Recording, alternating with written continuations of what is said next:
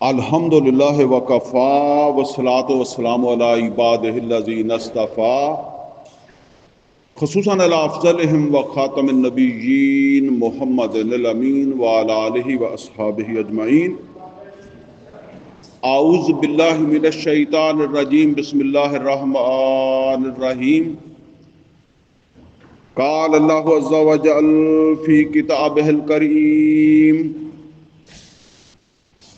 اللہ لا الہ الا هو الحی القیوم لا تأخذہ سنۃ ولا نوم لہ ما فی السماوات والارض من ذا الذی یشفع عنده الا بإذنہ یعلم ما بین ایدیہم وما خلفہم ولا یحیطون بشیء من علمہ الا بما شاء وسع کرسیہ السماوات والارض ولا یؤودہ حفظہما وہو العلی العظیم. لا اکراہ فی الدین قد تبین الرشد من الغی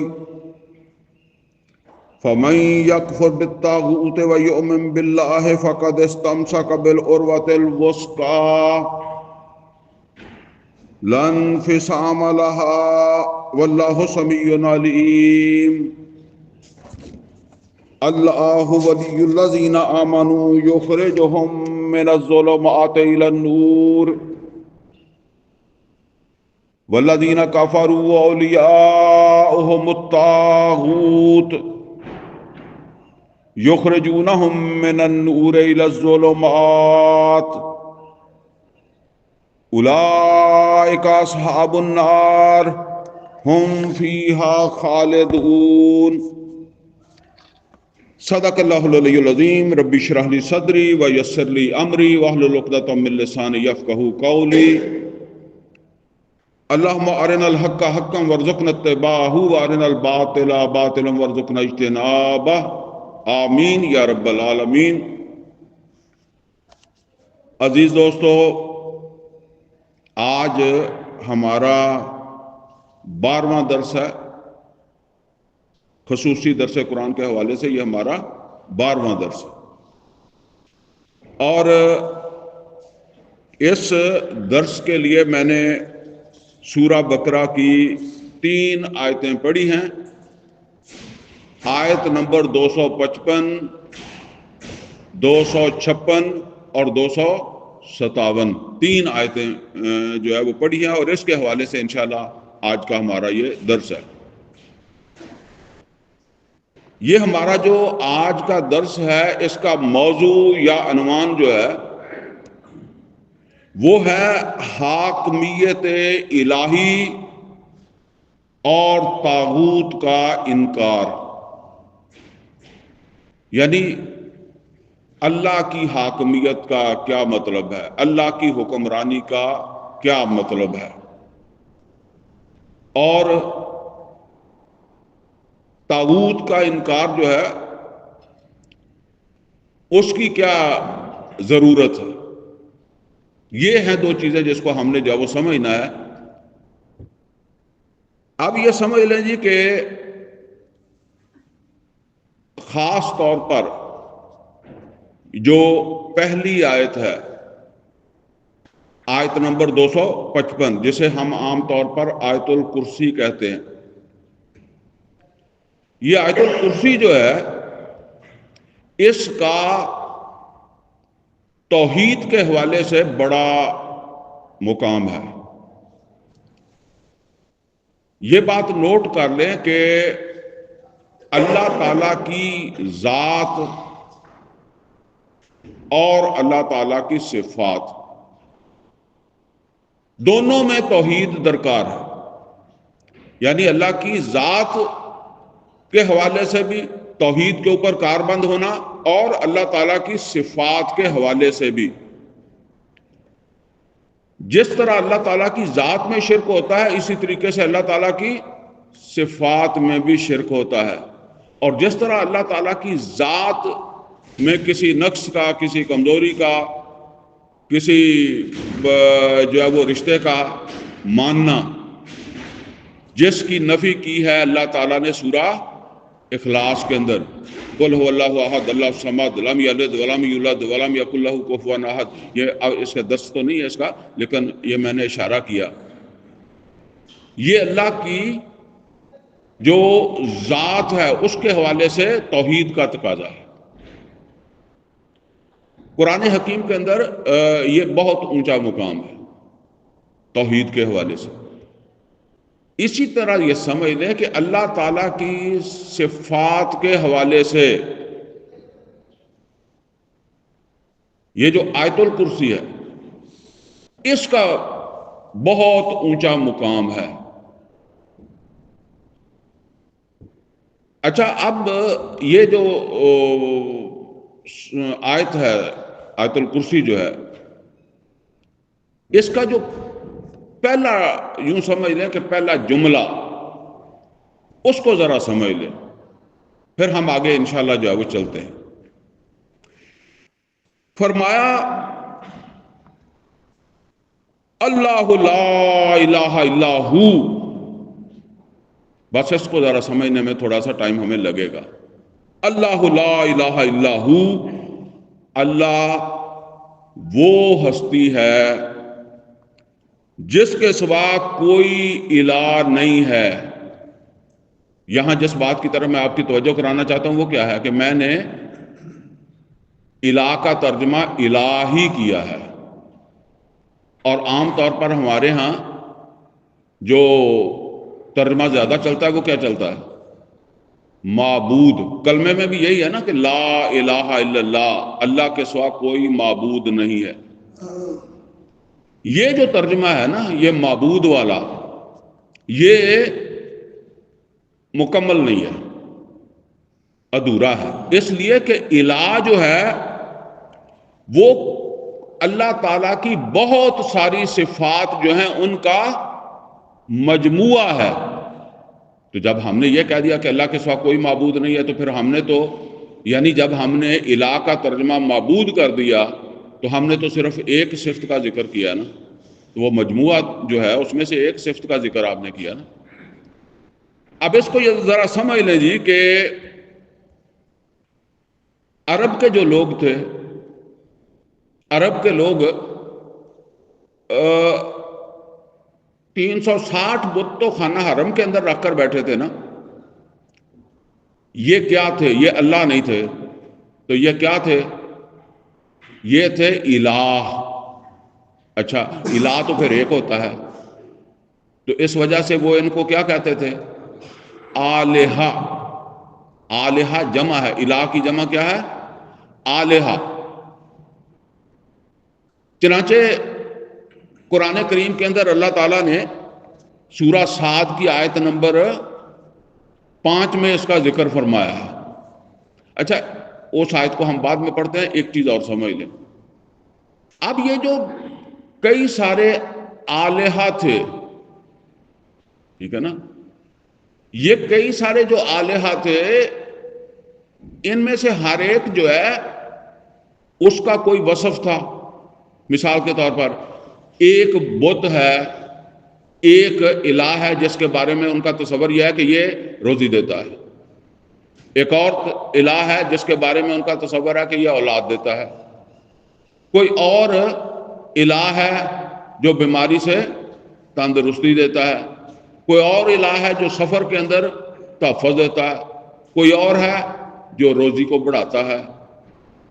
اب اسی کے اوپر آپ قیاس کر لیں کہ جتنے آلہہ ہیں اتنے ان کے جو ہے وہ علیحدہ علیحدہ اوصاف ہیں. اچھا، اللہ تعالیٰ کی کتنی صفتیں ہیں؟ بے شمار صفتیں. وَلَهُ الْأَسْمَاءُ الْحُسْنَى، سب اچھے نام اس کے ہیں. تو اب ذرا میں آپ کو چند ایک ان میں سے بتاؤں. اب دیکھیں، اللہ تعالیٰ کی صفات میں سے، یا جس کو ہم صفاتی نام کہتے ہیں، ان میں سے ایک نام ہے رحیم، رحم کرنے والا، رحمت چاہیے تو وہ دے گا۔ اور اسی طریقے سے اللہ تعالیٰ کے ناموں میں سے، صفات میں سے ایک صفت ہے الہادی، ہدایت چاہیے تو پھر وہ دے گا۔ اور اسی طریقے سے اللہ تعالیٰ جو ہے اس سے کوئی امید لکھاؤ، کوئی جو ہے وہ دعا مانگو تو وہ دعا کو قبول کرنے والا ہے۔ اب یہ جو اس طریقے سے اللہ تعالیٰ کی یہ صفات ہیں، اسی پہ آپ قیاس کر لیں کہ یہ جو بت ہیں 360 پڑے ہوئے یا جتنے بھی پڑے ہوئے ہیں، ان میں یہ سب صفات جو ہے وہ بانٹی ہوئی ہیں۔ اللہ اور یہ آلہہ، ان کے اندر یہ ساری صفات موجود ہیں۔ اب نبی صلی اللہ علیہ وسلم نے جو آ کر یہ کہا لا الہ الا اللہ، اللہ کے سوا کوئی الہ نہیں ہے، تو مطلب یہ ہے کہ یہ سارے الہ جو ہیں ان کی نفی ہے۔ اور یہ ساری پھر خوبیاں کس میں ہیں؟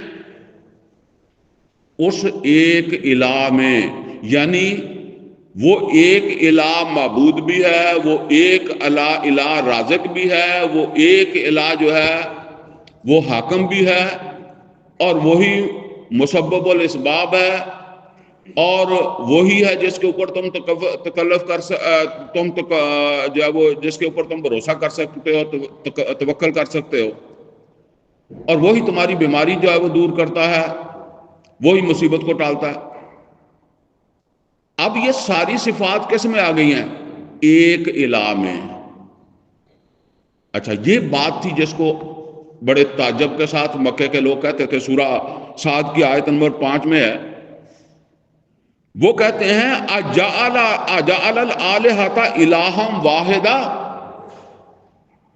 اجعل الآلہۃ الہا واحدا، کیا یہ محمد رسول اللہ صلی اللہ علیہ وسلم نے سارے آلہہ کو، سارے معبودوں کو، یہ سارے ہمارے جو الہ ہیں ان کو الہا واحدہ، ایک ہی بنا دیا؟ یعنی اتنے سارے کام وہ ایک ہی کرے گا یا ایک ہی کر سکتا ہے؟ ان ھذا لشیء عجاب، یہ تو بڑی عجیب بات ہے جو محمد رسول اللہ صلی اللہ علیہ وسلم کہہ رہے ہیں۔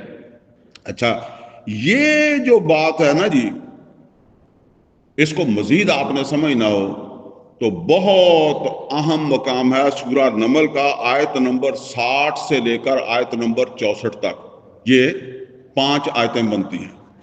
اللہ تعالیٰ اپنی صفت جو ہے وہ معبود بیان کرنے کے بعد پوچھتا ہے کہ کیا الہ مع اللہ، کیا اللہ کے ساتھ کوئی اور الہ ہے جو اکیلا ہی معبود ہو؟ پھر اللہ تعالیٰ جو ہے وہ اپنی صفات میں سے صفت خالق کا جو ہے وہ حوالہ دے کر پوچھتا ہے الہ مع اللہ، کیا اللہ کے علاوہ کوئی اور الہ ہے جو خالق بھی ہو؟ پھر اللہ تعالیٰ اپنی صفت رزاق اس کا حوالہ دے کر پوچھتا ہے الہ مع اللہ، کیا اللہ کے ساتھ کوئی اور الہ ہے جو رزاق بھی ہو؟ اور اسی طریقے سے اللہ تعالیٰ اپنے حاکم ہونے کا حوالہ دے کر پوچھتا ہے الہ مع اللہ، کیا اللہ کے ساتھ کوئی اور الہ ہے جو حاکم بھی ہو؟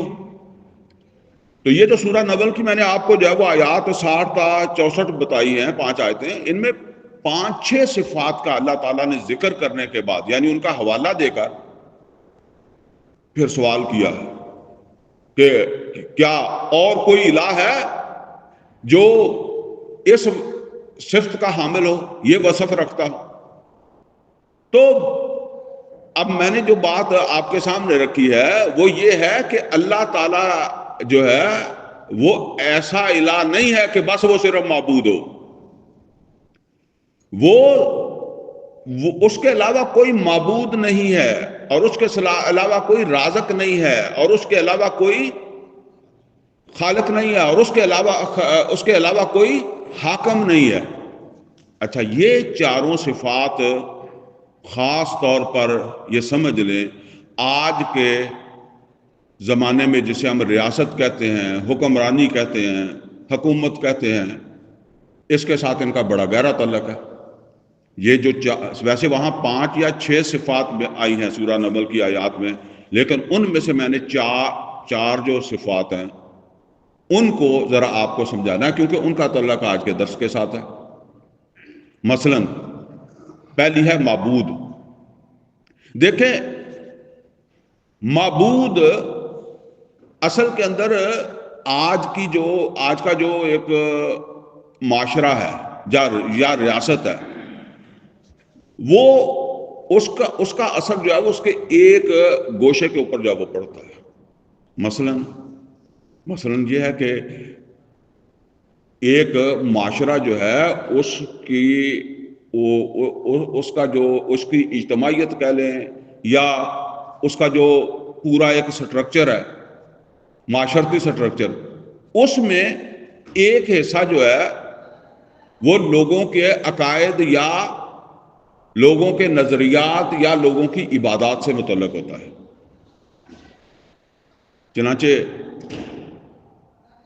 عقائد، عبادات اور اس میں رسومات بھی جو ہے وہ آپ شامل کر لیں، یہ وہ چیزیں ہیں کہ جن کو ہم بالعموم عبادت شمار کرتے ہیں۔ ویسے عبد اور عبادت اس کا ایک وسیع مفہوم بھی ہے، لیکن میں ابھی فی الحال اس کی طرف نہیں جا رہا۔ وہ تو پھر پوری زندگی کے اوپر، کیونکہ عبد پوری زندگی میں غلام ہے، تو عبادت پوری زندگی میں جو ہے وہ اللہ کی فرما برداری ہے۔ لیکن ایک اس کا وہ محدود مفہوم بھی ہے۔ تو اب عقیدہ کیا ہونا چاہیے، عبادات کیا ہونی چاہیے؟ پھر یہ ہے کہ جو کوئی رسومات ہیں، مثلا کوئی بچہ پیدا ہوا ہے تو اس کے حوالے سے کسی کی شادی ہونی ہے، شادی کیسے کی جائے، کوئی مرا ہے اسے کیسے دفن کیا جائے، ٹھیک ہے۔ یہ وہ چیزیں ہیں جنہیں آپ یہ سمجھ لیں کہ یہ 4 میں سے ایک گوشہ ہے انسانی زندگی کا، اس کو کہتے ہیں عقائد و عبادات۔ عبادت کون کرتا ہے؟ عبادت جو کرنے والا ہوتا ہے نا، اس کو کہتے ہیں عبد، اور جس کی عبادت کی جائے اس کو کیا کہتے ہیں؟ اس کو معبود، ٹھیک ہے نا۔ تو اس کا مطلب کیا ہوا؟ اس کا ایک مطلب یہ ہوا کہ اللہ وہ الہ ہے جس کے سوا کوئی اور معبود نہیں ہے، کسی اور کی عبادت نہیں کی جا سکتی۔ اچھا، اب یہ تو ایک گوشہ ہو گیا کہ کسی اور کو سجدہ نہیں ہے، کسی اور کے لیے جو وہ قیام نہیں ہے، جو بھی عبادت کے تقاضے ہیں، وہ عبادت کس کی ہے؟ صرف اللہ کی، یعنی اللہ ایسا الہ ہے کہ اس کے سوا کوئی اور معبود نہیں ہے۔ اب دوسرا گوشہ ہے جس کو کہتے ہیں معاشرتی گوشہ، یعنی دوسرا معاشرتی گوشہ جو ہے وہ ہے انسان کی تخلیق کے حوالے سے۔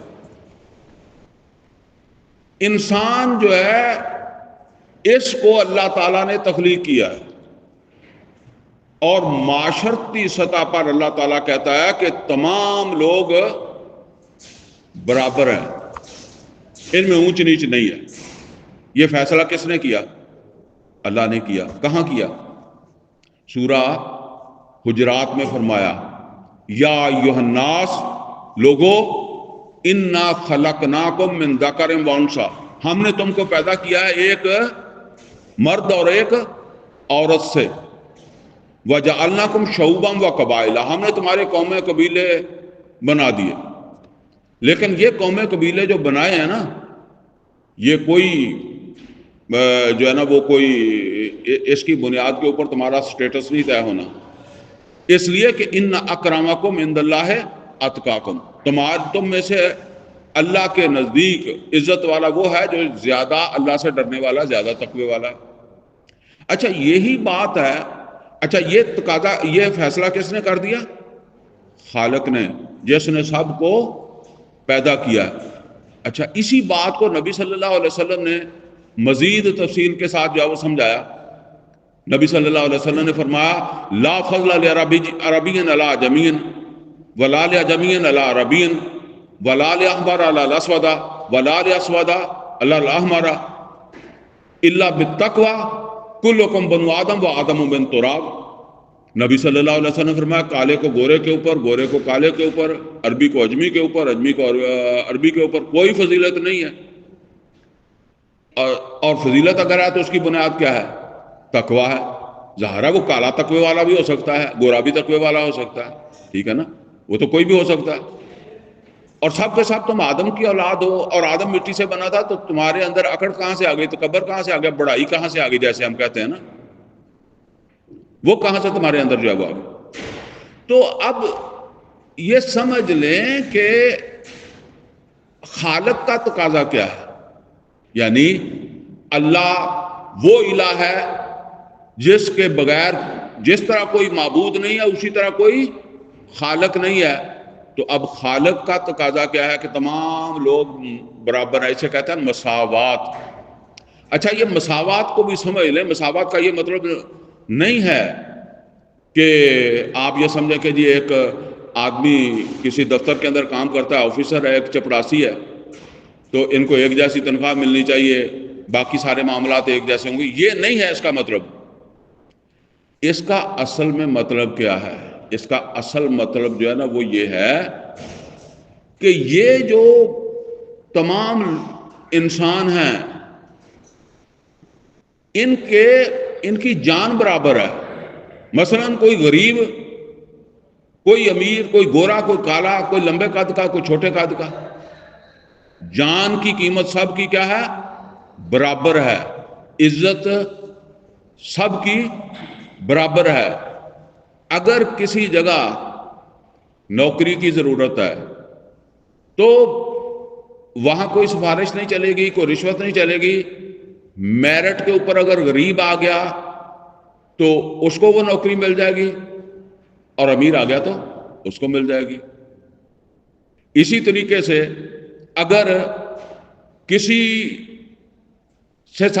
کے ساتھ جھگڑا ہو گیا، تھانے کا مسئلہ آ گیا، عدالت کا مسئلہ آ گیا، تو تھانہ ہو یا جج ہو، عدالت ہو، وہ فیصلہ کس بات کے اوپر کرے گی؟ میرٹ کے اوپر۔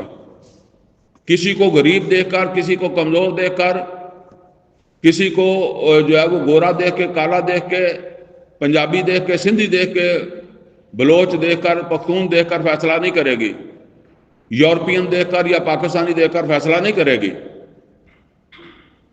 اب آپ کبھی یورپ میں جاتے ہیں تو وہاں، یا یورپ میں آپ کے کوئی عزیز گئے ہوں تو وہاں سے وہ آ کر آپ کو بتاتے ہیں کہ جی میرا بچہ جو اسکول میں پڑھتا ہے وہیں کسی بادشاہ کا بچہ بھی پڑھتا ہے۔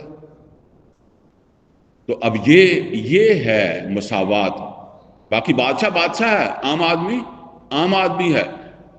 اسی طریقے سے اگر کسی جگہ داخلے جس طرح کہتے ہیں میڈیکل کالج میں داخلہ، کسی جگہ داخلہ میرٹ پر ہونا ہے، ہو سکتا ہے بادشاہ کا بچہ میرٹ پہ نہ ہو اور فقیر کا بچہ میرٹ کے اوپر جو ہے وہ آ جائے۔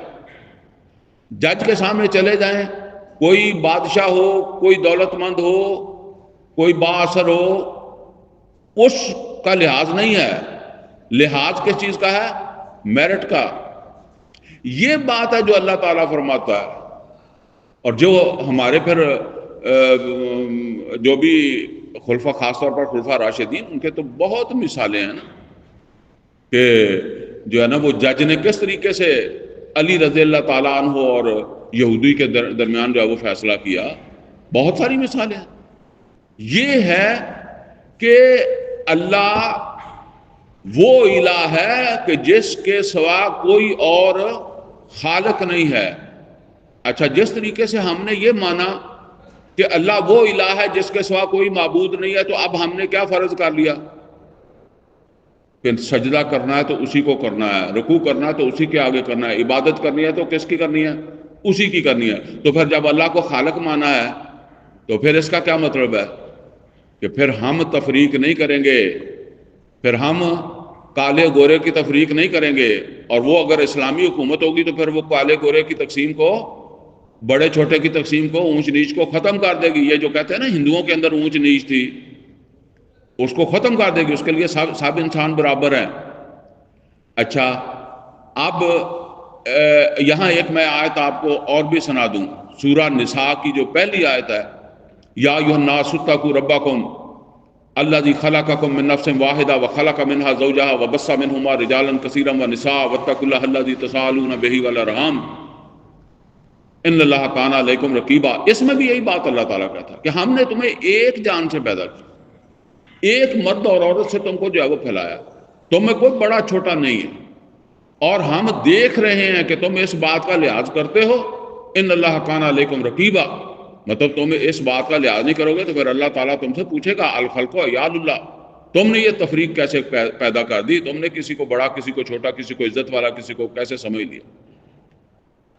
تو یہ ہے جی اصل کے اندر جو ہے نا وہ اللہ تعالیٰ کو جو ہے وہ خالق ماننے کا تقاضا، اور اگر ہم نے مانا ہے تو جس طرح ہم نے اللہ کو معبود مانا ہے تو اس کے سوا کسی کی عبادت نہیں ہے، تو اللہ کو خالق مانا ہے تو بس اب یہ فرق ہم نہیں مانیں گے، ہم نہیں کریں گے۔ اچھا، اسی طریقے سے ایک اس سے اوپر کا شعبہ ہے، وہ ہے جسے ہم عام طور پر کہتے ہیں معاشیات، یعنی کسی معاشرے کی معاشیات جو ہے وہ معاشی شعبہ۔ اس کے حوالے سے یہ بات سمجھ لیں کہ اللہ ایسا الہ ہے کہ وہ اس کے علاوہ کوئی رزاق بھی نہیں ہے، کوئی رازق بھی نہیں ہے۔ قرآن کریم میں آیا وہی ہے جس کا رزق چاہے بڑھاتا ہے اور جس کا چاہے کم کرتا ہے۔ سورہ حامیم سجدہ میں اللہ تعالیٰ نے فرمایا کہ میں نے یہ زمین و آسمان پیدا کیے، اور زمین کے اندر جو خوراک رکھی مخلوق کی، تو 4 دن میں مخلوق کی خوراک کا انتظام کیا جو سب مخلوق کے لیے برابر ہے، سوال للسائلین، سب کے لیے برابر ہے۔ تو اب ظاہر ہے سب کی روزی رکھی ہے تو سب کو ملنی چاہیے کہ نہیں ملنی چاہیے؟ یہ بات اللہ تعالیٰ نے قرآن کریم کے اندر فرما دی۔ فرمایا سورہ حشر غالباً آیت نمبر 4 ہوگی، تو اس میں اللہ تعالیٰ نے جو ہے وہ فرما دیا کئی لا یکون دولتن بین الاغنیاء منکم، یہ نہیں ہونا چاہیے کہ دولت تمہارے دولت مندوں کے پاس ہی جمع ہوتی رہے، جس کو ہم عام طور پر کہتے ہیں دولت کو کھینچتی ہے، اور وہ دولت مندوں کے پاس اور دولت ہو رہی ہے اور غریب ہوتا جا رہا۔ فرمایا کئی لا یکون دولتن بین الاغنیاء منکم، یہ نہیں ہونا چاہیے کہ دولت جو ہے وہ دولت مندوں کے پاس ہی جو ہے وہ جمع ہوتی رہے۔ یہ جو زکوٰۃ کا نظام ہے، اور اسی طریقے سے جو ہے وہ اور بڑی ساری چیزیں جو قرآن حکیم کے اندر ہیں، مثلا سود حرام ہے، زکوٰۃ دو، سود ختم ہونا چاہیے، جوا نہیں ہونا چاہیے، رشوت نہیں ہونی چاہیے، ملاوٹ نہیں ہونی چاہیے۔ تو یہ سارا کس لیے؟ معاشی نظام کو درست کرنے کے لیے نا۔ وہ میں عرض کیا کرتا ہوں کہ اللہ نے ایک پیغمبر بھیجے ہیں شعیب علیہ السلام معاشی نظام کو درست کرنے کے لیے، اور ان کا پورا قرآن حکیم کے اندر جتنی بھی ان کی بھاگ دوڑ ہے وہ معاشی نظام کی درستگی کے لیے۔ تو اب نبی کریم صلی اللہ علیہ وسلم نے اس کے حوالے سے جو نصیحتیں کی ہیں، مثلا نبی صلی اللہ علیہ وسلم نے فرمایا کہ مزدور کی مزدوری اسے پسینہ خشک ہونے سے پہلے جب وہ ادا کرو۔ اسی طرح فرمایا ملاوٹ کرنے والا ہم میں سے نہیں ہے، من غشا فلیس منا، جس نے ملاوٹ کی وہ ہم میں سے نہیں ہے۔ یہ سارا کیا ہے؟ معاشی نظام کو درست رکھنا۔ پھر سورہ مطففین کے اندر بڑے زوردار طریقے سے اللہ تعالیٰ نے جو ہے وہ اس بات کو نگیٹ کیا ہے، اس کی نفی کی ہے کہ جو ہے نا وہ ناپ تول کے اندر جو ہے وہ کوئی کمی جو ہے وہ کی جائے. تو اب یہ جو معاشی نظام کا درست ہونا ہے یہ اللہ تعالیٰ کی کس صفت کا تقاضا ہے؟ رازق، رزاق. کیونکہ رزق اس نے پیدا کیا ہے، وہ کہتا ہے کہ یہ سب کو پہنچنا چاہیے. اور میں ایک اور بات بتا دوں کہ جب ریاست قائم ہو تو یہ رزق کے اندر اعتدال قائم کرنا، اس کے اندر انصاف قائم کرنا، یہ کس کی ذمہ داری ہے؟ ریاست کی ذمہ داری ہے. عمر فاروق رضی اللہ تعالیٰ عنہ حاکم تھے، قحط پڑ گیا، ہم لوگ بھوک کی وجہ سے چوری بھی کرنے لگ گئے، فاقے کی وجہ سے. تو عمر فاروق رضی اللہ تعالیٰ عنہ نے قطع ید ہاتھ کاٹنے کی سزا اس وقت تک کے لیے معطل کر دی. کیوں کر دی؟ حالانکہ ہاتھ کاٹنے کی سزا کہاں ہے؟ قرآن حکیم میں ہے. اللہ تعالیٰ نے کہا السارق والسارقۃ فاقطعوا ایدیہما، کوئی چور مرد ہو کوئی عورت ہو تو ان کے ہاتھ جو وہ کاٹ دو. تو اب آپ دیکھیں قرآن کریم کا یہ حکم ہے نا. تو اللہ کے رسول صلی اللہ علیہ وسلم کے جو صحابی عمر فاروق رضی اللہ تعالیٰ عنہ وہ اس پر عمل نہیں کر رہے، اس لیے کہ لوگوں کی معاش کی ذمہ داری کس کے اوپر ہے؟ لوگوں کو نان نفقہ پہنچانا کس کی ذمہ داری ہے؟ ریاست کی ہے. تو جب ریاست ان کا جو آپ یوں سمجھ لیں جو ان کا حق ہے وہ نہیں دے رہی تو پھر ان کے اوپر سزا بھی نافذ نہیں کر رہی. تو اب یہ تیسرا شعبہ ہے. پہلا شعبہ ہے عبادات، دوسرا ہے معاشرت، یا آپ سمجھ لیں کہ انسان کی تخلیق کے حوالے سے اس کا سٹیٹس، اور تیسرا شعبہ کیا ہے؟ وہ ہے رزق کے حوالے سے، معاشیات کے حوالے سے. تو اب ریاست کا سب سے اونچا شعبہ کون سا ہے؟ حکمرانی. قرآن کریم میں اللہ تعالیٰ نے یہ بات دو ٹوک انداز میں فرمائی ہے کہ ان الحکم الا للہ الا لہ الخلق والامر. یہ سورہ یوسف میں بھی سورہ انعام میں بھی یہ باتیں آئی ہیں. اور پھر سورہ بنی اسرائیل کی آخری آیت میں اللہ نے فرما دیا کہ اللہ تعالیٰ اکیلا ہی حاکم ہے، وہ اپنی حکمرانی میں بھی کسی کو شریک نہیں کرتا. چنانچہ آخری آیت میں فرمایا قل الحمد للہ الذی لم یتخذ ولدا ولم یکن لہ شریک فی الملک. وہ اپنی بادشاہی میں کسی کو شریک نہیں کرتا. تو اگر ایک حکم اللہ کا مانا جائے دوسرا کسی اور کا مانا جائے تو پھر شریک تو ہو گیا. اسی کو شریک کہتے ہیں نا بھئی. جب ہم وہ قرآن کی آیت پڑھتے ہیں سورہ انعام والی ان الصلاۃ و نسکی و محیای و مماتی للہ رب العالمین، نماز اللہ کی پڑھ لو، قربانی کسی بت کے نام پہ کر دو تو شریک تو ہو گیا. تو اپنی حکمرانی میں بھی کسی کو شریک نہیں کرتا.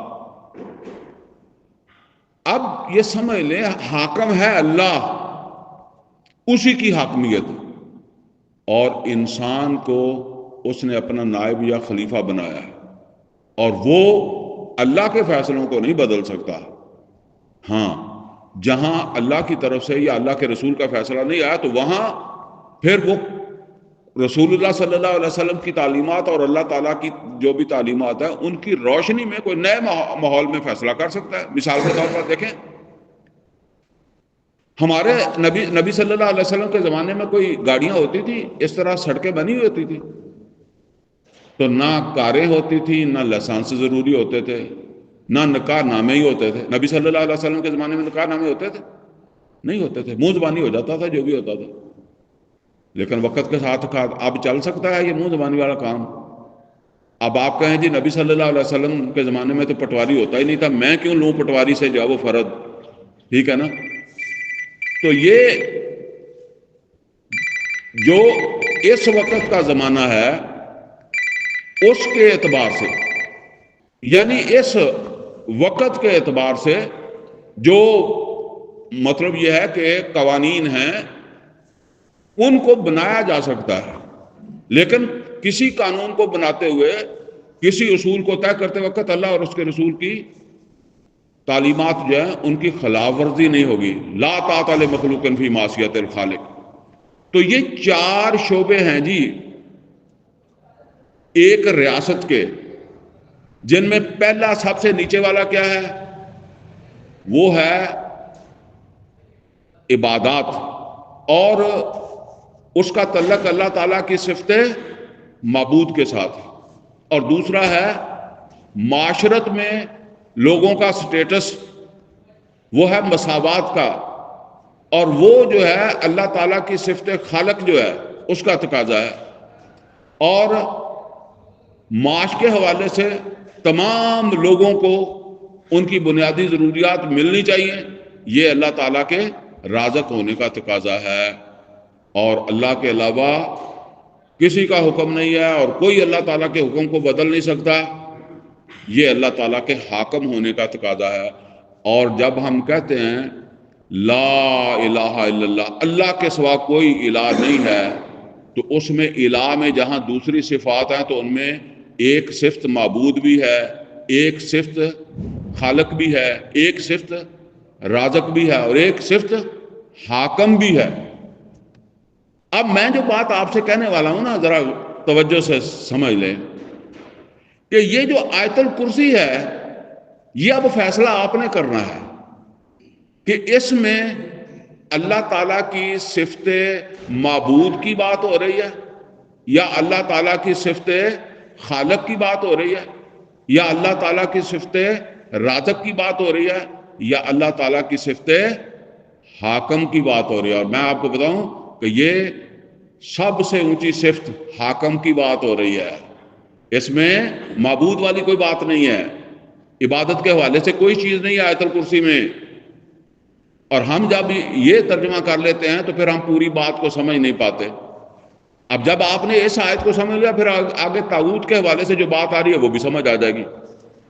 فرمایا اللہ لا الہ الا ہو، اللہ وہ ہستی ہے، وہ ذات ہے جس کے سوا کوئی اور الہ نہیں ہے. میں اب اس کا ترجمہ معبود نہیں کر رہا اسی وجہ سے کیونکہ آپ کو سمجھا دیا کوئی اور الہ نہیں ہے. اور جب الہ کہیں تو اپنے ذہن کے اندر اللہ کی وہ ساری صفات اپنے ذہن میں رکھیں. اسی طرح جب کلمہ آپ کہیں نا اشہد لا الہ الا اللہ، تو آپ کے ذہن میں معبود نہیں بلکہ اللہ تعالیٰ کی وہ ساری صفات ہونی چاہیے.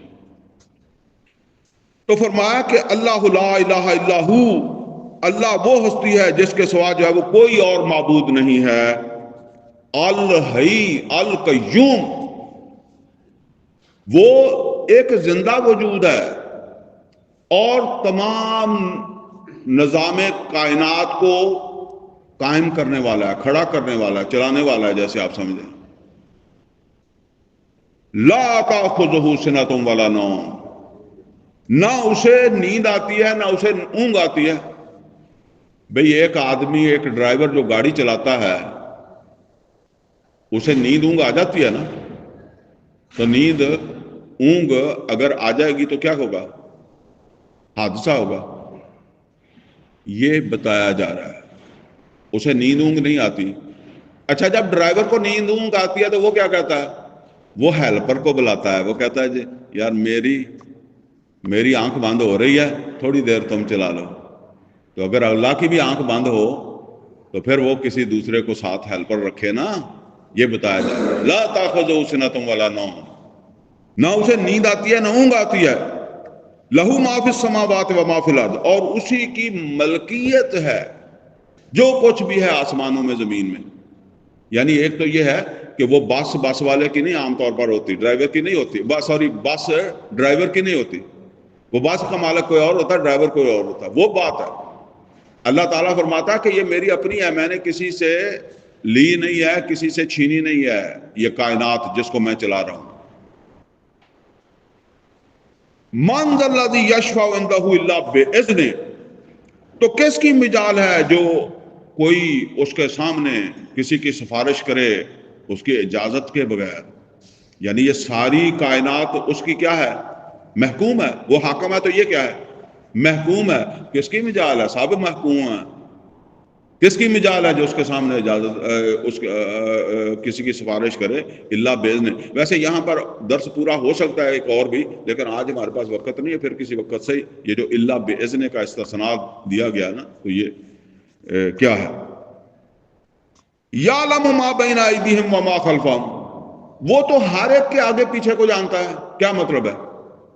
دیکھیں، جب ہم کسی کی سفارش کرنے کے لیے، یا کوئی میری سفارش کرنے جائے گا تھانے دار کے پاس، تو کیا کہے گا؟ جج کے پاس جا کر کیا کہے گا؟ اس پر الزام ہے، بندہ شریف ہے، ٹھیک ہے نا، اس نے چوری نہیں کی، اس نے کوئی اور غلط کام نہیں کیا. جج یا تھانے دار جو ہوتا ہے نا، اس کو میرے آگے پیچھے کا پتہ نہیں ہے. وہ اس آدمی پر اعتبار کر کے کیا کہتا ہے کہ چلو شاید مان لے گا.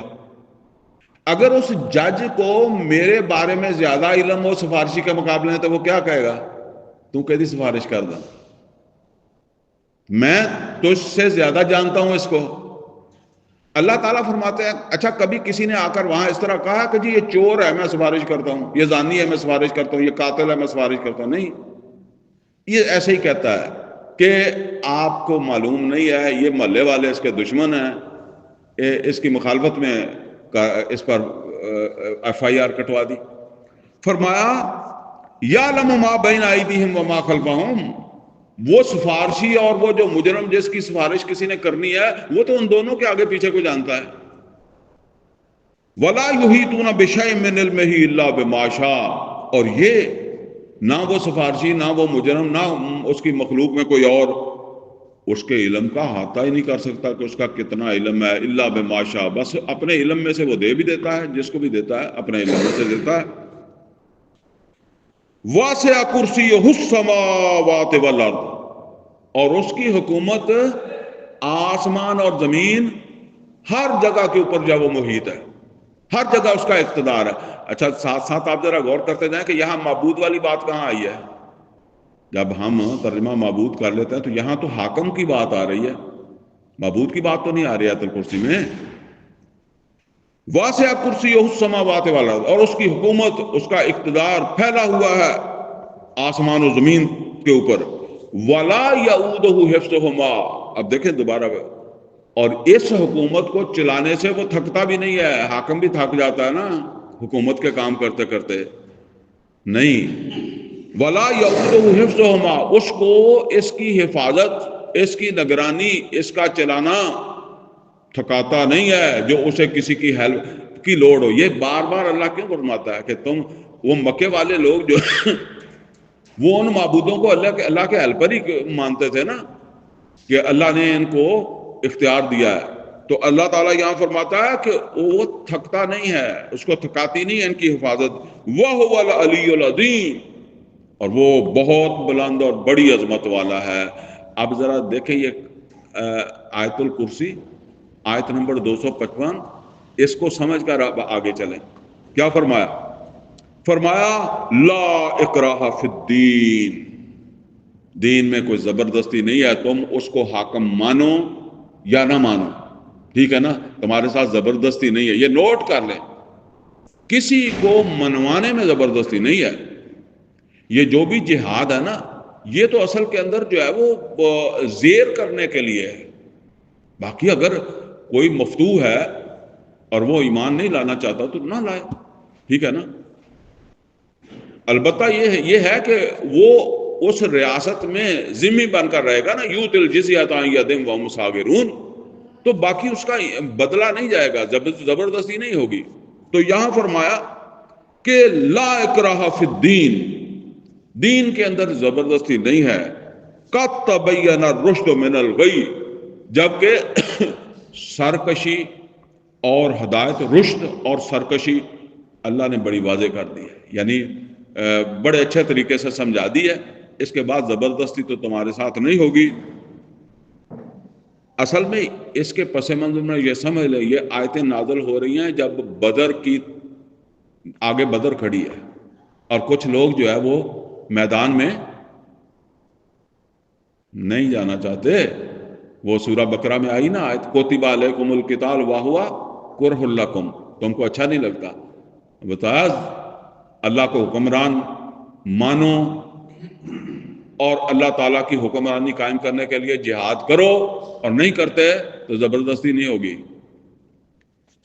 فَمَن يَكْفُرْ بِالطَّاغُوتِ، اور یہ سمجھ لو جو بھی طاغوت کو نہیں مانے گا، فَمَن يَكْفُرْ بِالطَّاغُوتِ وَيُؤْمِن بِاللَّهِ، پھر اللہ پر ایمان لائے گا۔ ساتھ ساتھ نہیں کہ طاغوت کو بھی مان رہا ہے اور اللہ کے اوپر بھی جو ہے وہ ایمان رکھتا ہے، ایسے نہیں۔ وَمَن يَكْفُرْ بِالطَّاغُوتِ، جس طرح لا الہ الا اللہ، اللہ کے سوا کوئی الہ نہیں، پہلے باقی الہوں کی نفی ہے، اسی طریقے سے پہلے باقی حاکموں کی نفی ہے، طاغوت باقی حاکموں کی نفی ہے، کوئی اور حاکم نہیں ہے۔ اچھا یہ سمجھ لیں، طاغوت جو ہے وہ اپنا نفس بھی بن جاتا ہے، جب ظاہر ہے میں اپنے وجود پر حاکم ہوں نا۔ افرأیت من اتخذ الہہ ہوا، 2 دفعہ سورہ فرقان میں بھی آیا، سورہ جاسیہ میں بھی آیا۔ تو اسی طرح سمجھ لیں جو اپنی مرضی کرنا چاہے، اپنی مرضی کروائے، وہ طاغوت ہے اللہ کی مرضی کے مقابلے میں، تو پھر جو اس کو مان لے۔ فرمایا کہ فَمَن يَكْفُرْ بِالطَّاغُوتِ، جو بھی کسی طاغوت کا، کسی غیر اللہ میں سے کسی حاکم کا، کسی حکمران کا جو ہے وہ کفر کرے گا، اگر کوئی ہو اس کے اوپر سوارے ہونے، اس کو نہیں مانے گا، وَيُؤْمِن بِاللَّهِ، اور پھر اللہ کے اوپر ایمان لائے گا، فَقَدِ اسْتَمْسَكَ بِالْعُرْوَةِ الْوُثْقَىٰ، وہ ہے جس کا ہاتھ پڑا ہے مضبوط کنڈے کو۔ مضبوط کنڈے سے مراد کیا ہے؟ وہ یہ سمندر کے اندر اس وقت کشتیاں چلتی تھی، لانچیں چلتی تھی، ان کے سائڈوں کے اوپر جو ہے وہ کنڈے لگے ہوئے تھے، اور وہ کنڈے کس لیے لگے ہوتے تھے؟ کیونکہ وہ تو سادہ قسم کی ہوتی تھی، اور تھوڑی سی کوئی جھٹکا لگا تو وہ بندہ پانی میں بھی گر سکتا ہے نا، تو جب گرے گا تو اس نے اب کیا کوشش کرنی ہے؟ دوبارہ کشتی میں جانے کی۔ تو کیسے جائے گا؟ وہ کشتی تو ہوتی ہے ایسے ہیں، تو اس کی کوئی شے ہاتھ پکڑ میں آئے گی نا، تو اگر کنڈا ہاتھ میں پکڑ میں آ گیا تو پھر اب اس کا تحفظ بھی شروع ہو گیا۔ تو فرمایا کہ فَقَدْ اسْتَمْسَكَ بِالْعُرْوَةِ الْوُثْقَىٰ، اس کے ہاتھ میں آ گیا بڑا مضبوط کنڈا، یہ اللہ تعالیٰ کی توحید کا کنڈا آ گیا ہے، ٹھیک ہے۔ لَا انْفِصَامَ لَهَا، اور یہ ٹوٹنے اور چھوٹنے والا بھی نہیں ہے۔ ہو سکتا ہے وہ دریا میں یا وہ سمندر میں جس نے کنڈے کو ہاتھ ڈالا ہے، کنڈا ٹوٹ جائے یا کچھ بھی ہو جائے، لیکن یہ سمجھ لیں اس کی شعوری کوشش تو یہ ہوگی، اگر پیچھے سے کوئی ویل مچھلی آ کر اسے کھانا بھی شروع کر دے تو بھی اس کی جب تک ممکن ہے وہ کنڈا نہیں چھوڑے گا، کیونکہ اس کو پتا کہ کنڈا چھوٹ گیا تو میں گیا اس کے منہ میں، اس کے پیٹ میں چلا گیا مچھلی کے۔ تو فرمایا لَا انْفِصَامَ لَهَا، یہ کنڈا اس سے اب چھوٹنے والا نہیں ہے، یہ اسے پار اتار دے گا، یہ اسے کامیاب کر دے گا۔ جس نے اللہ تعالیٰ کی حکمرانی کا کنڈا پکڑ لیا، یہ اب اس سے چھوٹنے والا نہیں ہے، جس نے اللہ کو حاکم مان لیا اور طاغوت کی نفی کی ہے۔ واللہ سمیع علیم، اللہ سب کچھ سننے والا اور علم والا ہے۔ اللہ ولی الذین آمنوا، لوگو ایمان والو، اللہ تو ایمان والوں کا کارساز ہے، دوست ہے، وہ خام خواہ تمہیں مصیبت میں نہیں ڈال رہا کہ طاغوت کا انکار کر کے جو ہے وہ تمہارے اوپر کوئی مصیبت آئے، بلکہ کیا ہے؟ اللہ ولی الذین آمنوا یخرجہم من الظلمات الی النور، وہ اصل میں تمہیں ظلمات، اندھیروں سے، گمراہی سے نکال کر نور میں لاتا ہے، روشنی میں لاتا ہے۔ اللہ کو اس طریقے سے ماننا جو ہے یہ اصل کے اندر یہی ہدایت ہے۔ والذین کفروا اولیاءہم الطاغوت، اور وہ جو کافر ہیں ان کے ولی ہیں، دوست ہیں، کارساز ہیں طاغوت۔ یخرجونہم من النور الی الظلمات، اور وہ ان کو نکالتے ہیں روشنی سے، کھینچ کے لے جاتے ہیں اندھیرے میں۔